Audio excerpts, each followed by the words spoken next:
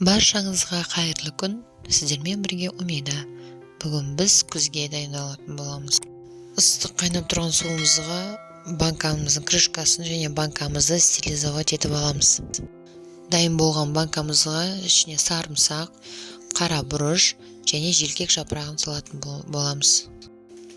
Яғни орысша атауы хрен жапырағы.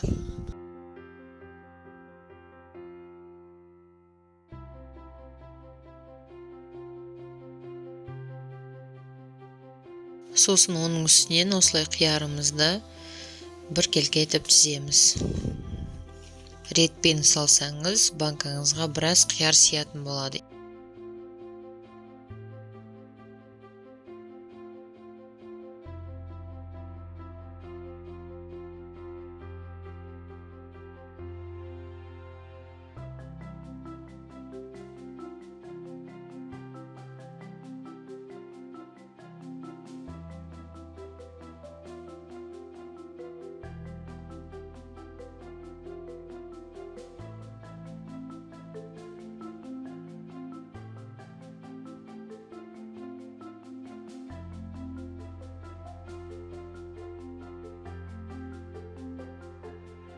Сосын кептірілген укроппен бізде осындай райхан гүлі бар, соны салсаңыздар, дәмі керемет ерекше болады.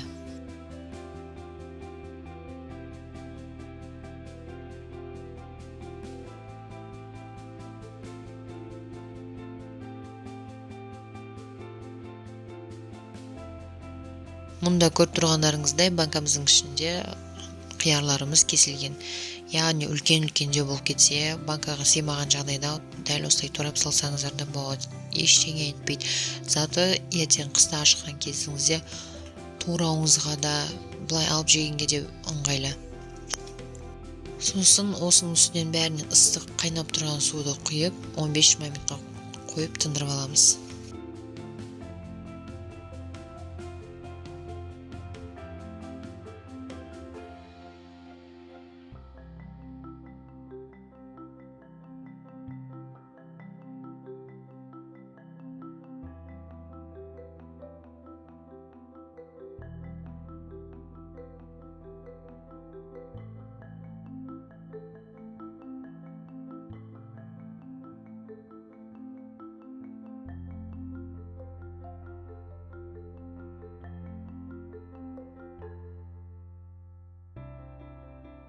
Жиырма минут өткен соң банкамызға құйылған ыстық суды төгіп тастаймыз.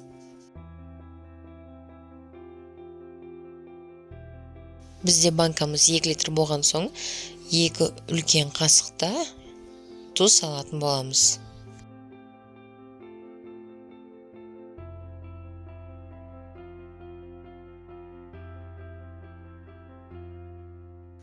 Үлкен қасықта 1 қасық қант саламыз үстінен. Сосын әр банкаға 2-2-ден аспирин салып шығатын боламыз. Аспирин негізі банканы атпау үшін, қышқылдығын ұстап тұру үшін керек.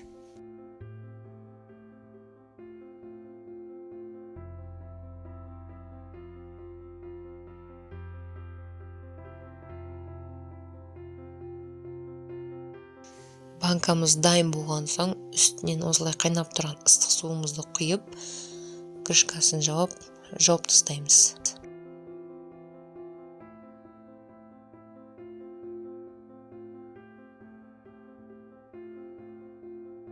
Закрывашкамен жауып болған соң, банкамызды осылай төңкеріп қоямыз.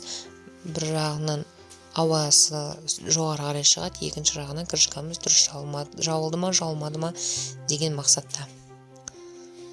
Бізде бір күн тұрды, бір күннен кейін ашамыз, қиярымыз дайын қысқы сақтауға. Осы видеоның астына комментарияға келесі қандай видео түсіруімді жаза кетіңіздер. Сіздердің өтініштеріңіз бойынша мен жұмыс жасайтын боламын.